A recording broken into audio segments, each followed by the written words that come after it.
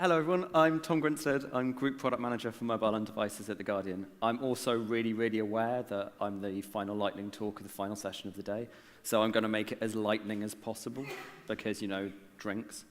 So I'm really going to talk about how we've tried, especially in the apps team over the last year, to introduce some new ways of working to really unlock the creativity that's embedded in development teams themselves. It's taken quite a long time for the industry in general, and to be frank, the publishing industry specifically, to understand that development is a creative process in and of itself, and teams of developers and designers have really creative ideas. And the task for us is to really try to unlock them. Now, there are loads of different ways to try to unlock ideas and to try to get features out to the public. And there are loads of different ways to plot them as well. But for the sake of this talk, I'm going to plot them along two different axes. So along the x-axis, then you've got kind of self-led creativity, ideas that you come up on your own, yourself, and you try to make happen. And at the other end, you've got imposed creativity, stuff that's given to you by other people.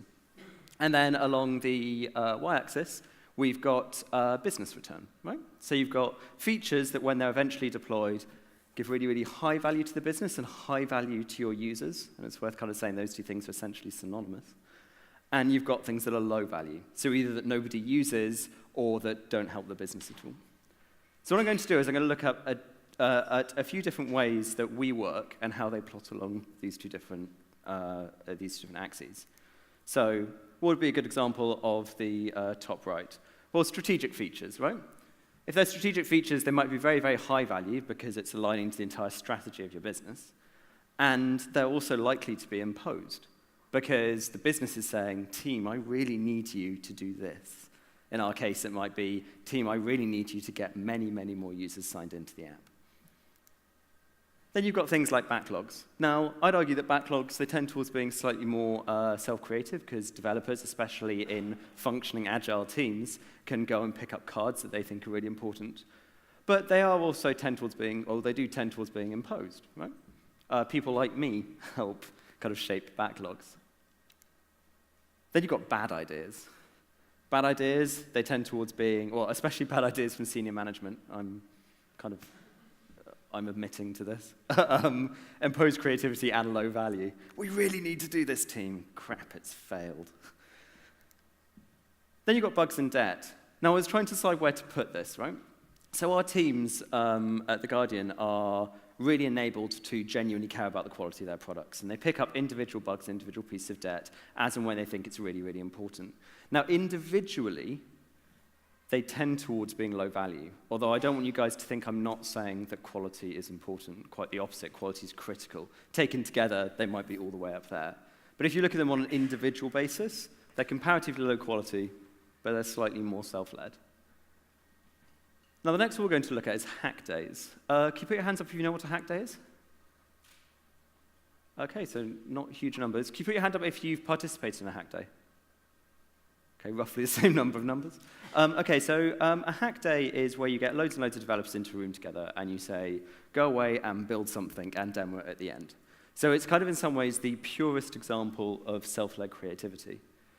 Now, sometimes hack day projects are hugely valuable.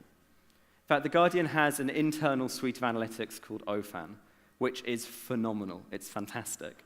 That grew out of one of our hack days. But very often, so it's worth saying that would be all the way up here. But very often, hack day projects don't align to the strategic aims because they're really an opportunity for developers to go away and play. Sometimes they're an amazing idea, but they don't have enough resource behind them and they can't do because of other things the business are doing. Sometimes, frankly, they're just playing to the crowd. So sometimes hack day ideas are very high value. But very often than not, hack days have a low hit rate for long-term value to the business.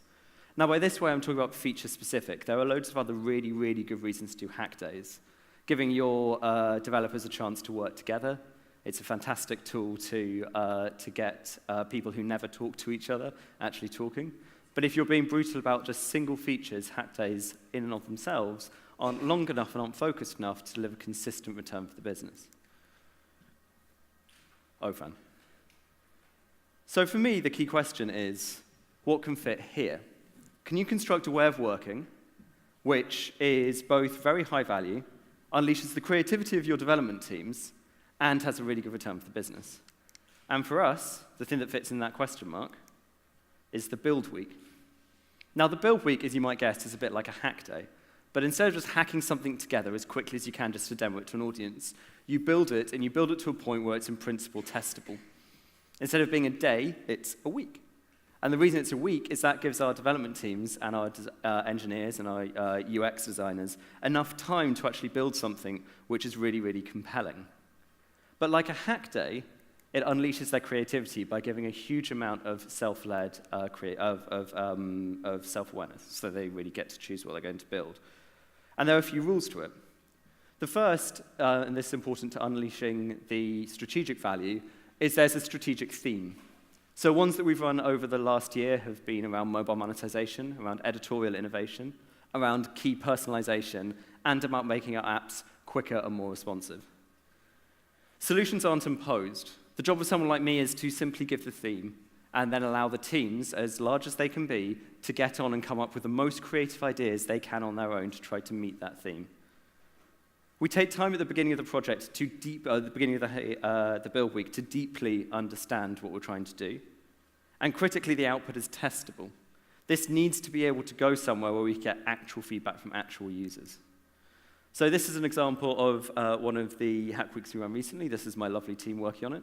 It's worth pointing out that the team isn't just engineers. You've got Frank there, he's a designer. You've got Shubhajit, he's our mobile editor. You've got Helen up there, who's a UX researcher. For our hack weeks, we try to make a team which is as broad as possible. Now, I said that one of the key things is the output is testable, and I wanted to kind of dwell a little bit on what I meant there. Because the idea of the build week is you're coming up with tangible, useful things for users. So what do I mean by testable? Well, at one end, you've got testing in our UX lab. Now, that's great, but really what we're looking for a build week is something which can be tested slightly further afield. Then we've got our alpha program. Now, we use the alpha program on Google Play to do nightly builds of our Android app that go out to any of the internal users within The Guardian. And the alpha program is a fantastic way, at the end of a build week, to test stability across 600 users. It's also great to get stakeholders really excited. There's nothing like somebody suddenly seeing a feature they didn't know existed for the first time that really answers one of their needs to get it rapidly into production. We also use our beta program, and if you're interested in signing up to the beta program, you can follow that URL at the top. Our beta program runs at thousands of Android users, and we often take some of the fantastic ideas that come out of our build weeks and whack them straight into beta. Or we also do stage rollout, MVT, and A/B testing in our live environment as well. But the key point is we're asking the teams to spend 1 week deeply understanding a problem and coming up with the most creative ideas they can to solve that, and then proving if their ideas work or not. And on the subject of provable, is this provably successful? Do I have concrete examples where this has worked?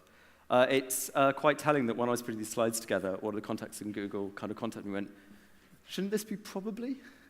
And I was like, no, this is provably, it's demonstrable. So what are a few examples, just to wrap up, where the build weeks have really helped The Guardian?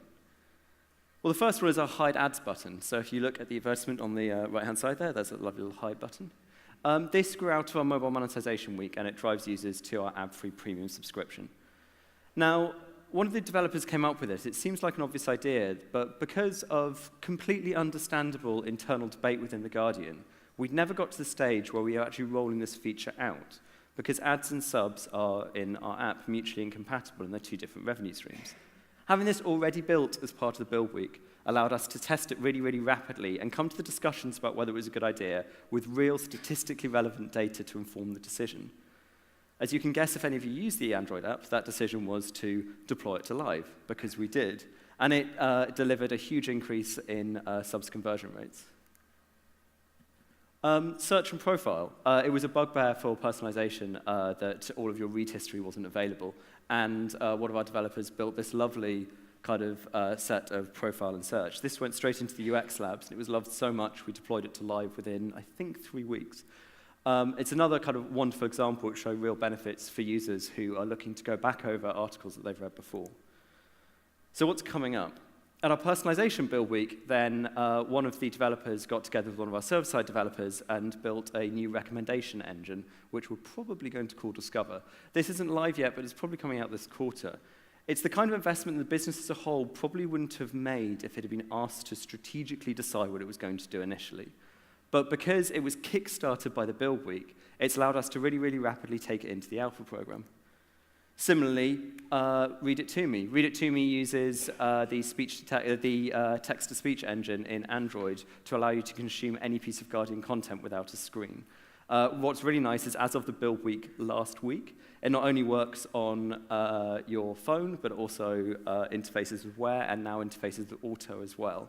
Now, this is another one where the Guardian as a whole probably wouldn't have spontaneously come up with this, because we're so concentrated on the written word, which is completely understandable. But by putting editorial innovation, which was the theme of the Build Week, to our engineers, we came up with a feature that we really, really hope is going to substantially increase engagement. And it makes us happy. These are my happy team.